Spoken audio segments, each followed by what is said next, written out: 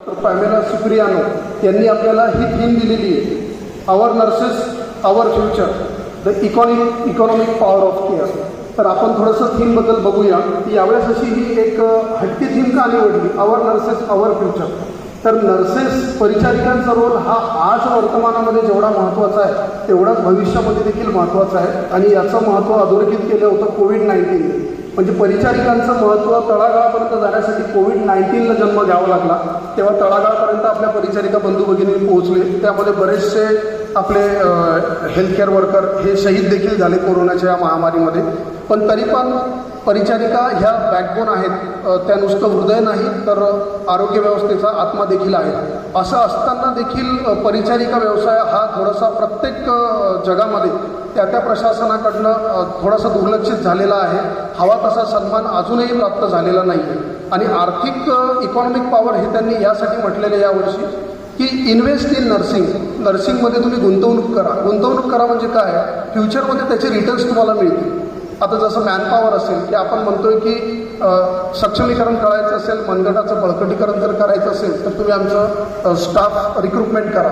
रुग्णालयामध्ये जेवढे पद आहे तेवढे पदभरती ही झाली पाहिजे.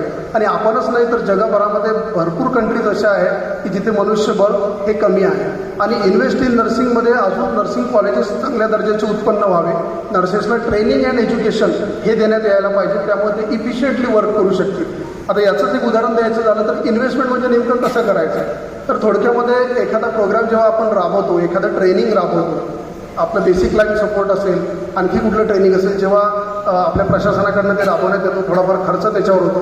परिचारिका या प्रशिक्षित होतात आणि अधिक कौशल्याने त्या रुग्णाची सेवा करतात. आणि त्यामुळे रुग्णाचा हॉस्पिटल स्टे हा कमी होतो. प्रायव्हेटबद्दल जरी बोलायचं झालं तर त्यांच्यावरचा आर्थिक बोजा हा कमी होत असतो. तर कळत न कळत आपण आर्थिक चालना देखील आपल्या परिचारिका व्यवसायातून देत असतो. तर त्याच्यामुळे या व्यवसायामध्ये गुंतवणूक होणं गरजेचं आहे. आणि दुर्लक्षित मी यासाठी बोललो की परिचारिकांना हवं तसं वेतन सन्मान अजूनही मिळालेला नाही.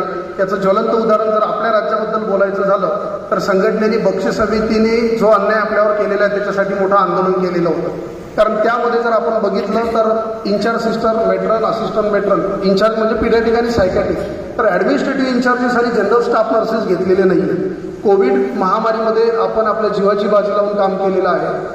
त्या वेतन आयोगामध्ये जी वाढ दिली ती 10 वर्षानंतर जे आपल्याला प्राप्त होईल एक वेतन आयोग तेवढी वाढ त्यामध्ये दिलेली आहे. तर संघटनेने वारंवार निवेदनं दिलेले आहे आणि त्या प्रश्नावर देखील त्या सरकारशी वारंवार चर्चा करत आहेत. तर अशा भरपूर आर्थिक गोष्टी आहेत. आणि नेहमीच असे महामारीचे संकट आले की आपलं अर्थसंकल्पीय अधिवेशन हे नेहमी कोलमडतं. आणि आरोग्याबद्दल बोलायचं झालं तर फारसा खर्च त्यावर होत नाही.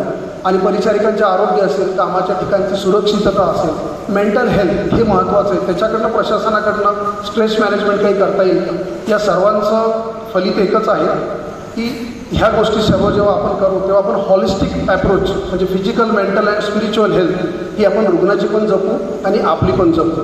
तर या थीमबद्दल खरं तर बोलावं तेवढं कमी आहे. पण एज्युकेशन अँड ट्रेनिंग आणि ॲटॉनॉमीबद्दल मला 1-2 शब्द मी सांगतो, जो याचाच एक सार आहे. स्वतंत्रता आणखी आपल्या व्यवसायाला मिळालेली नाही. नर्स प्रॅक्टिशनर हे कोर्सेस सुरू झालेले आहेत पण तसं आणखी सुरू झालेलं नाही आहे. तर मला असं वाटतं जसं DMER आहे तसं DNER, director of nursing education and research हे स्थापित झालं पाहिजे.